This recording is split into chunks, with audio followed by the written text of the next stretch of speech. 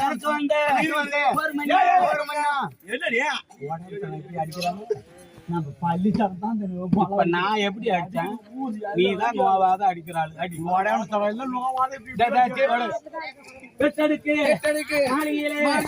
எனக்கு வந்து ஒரு மணி திருப்பு வச்சா கதவு எழுந்து